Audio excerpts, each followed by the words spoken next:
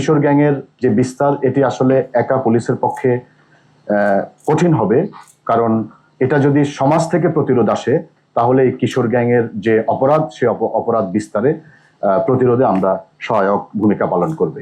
আপনারা জানেন যে কিশোর গ্যাং বিরুদ্ধে আমাদের যে শক্ত অবস্থান, এর ধারাবাহিকতায় আমরা মোহাম্মদপুরে একটি পুলিশ ফাঁড়ি প্রতিষ্ঠা করেছি।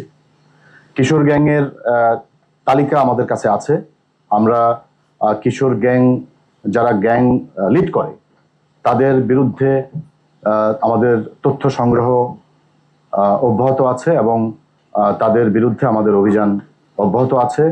তবে এই ক্ষেত্রে আমি বলবো, কিশোর গ্যাং আপনারা নিশ্চয়ই জানবেন যে কিশোর গ্যাংয়ের অনেক সদস্যকে আমরা এর মধ্যে আমাদের আইনের আওতায় নিয়ে এসেছি এবং পর্যায়ক্রমে আমাদের কিশোর গ্যাংয়ের এই যারা সদস্য তাদের সবাইকে আইনের আওতায় নিয়ে আসা আমাদের পরিকল্পনা।